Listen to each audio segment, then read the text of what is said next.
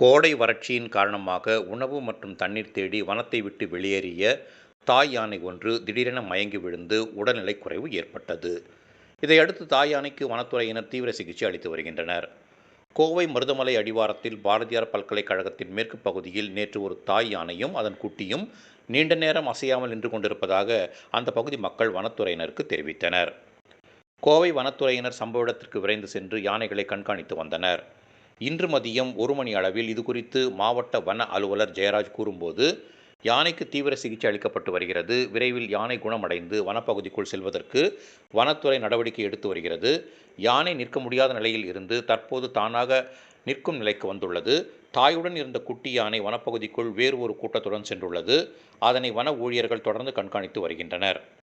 யானை முழுமையாக குணமடையும் வரை தொடர்ந்து சிகிச்சைகள் அளிக்க நடவடிக்கை எடுக்கப்படும் என்றார்.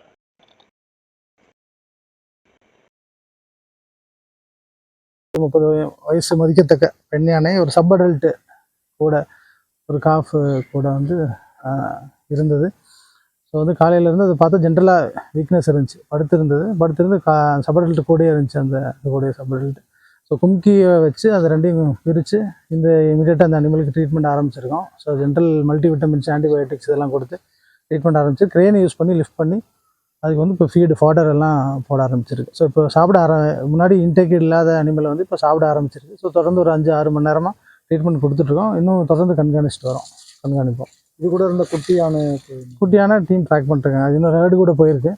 ஸோ டீம் கண்டினியூஸ் நம்ம ஃபாரஸ்ட் டீம் ட்ராக் பண்ணிட்டுருக்காங்க. அந்த அனிமல் ரேர்டு கூட இருக்கா இல்லை என்ன கண்டிஷன், இது எந்த மாதிரி ஃபுட்ஸ் எல்லாம் எடுத்துக்கிறது, உணவு என்ன கொடுக்குறீங்க, சுகர் கேனு, அதுக்கப்புறம் வந்து பனானாஸு, வாட்டர் மெலான, ஃப்ரூட்ஸ்லேயே வந்து மெடிக்கேஷன் வச்சு எல்லா ஃப்ரூட்ஸும் எடுத்துக்குது.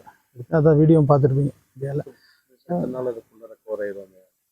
இல்லை, ஒவ்வொரு அனிமலோட ஹெல்த் கண்டிஷன் இதேமாதிரி. முன்னாடி வந்து இதேமாதிரி ட்ரெயினை லிஃப்ட் பண்ணி ட்ரீட் பண்ண அனிமல் 4 நாள் கூட தேவைப்பட்டுச்சு. அது படுத்த நிலையில் வந்து 2 நாளும், அதுக்கப்புறம் வந்துட்டு கிரெயினில் நிறுத்தி 2 நாளும் தேவைப்பட்டுச்சு.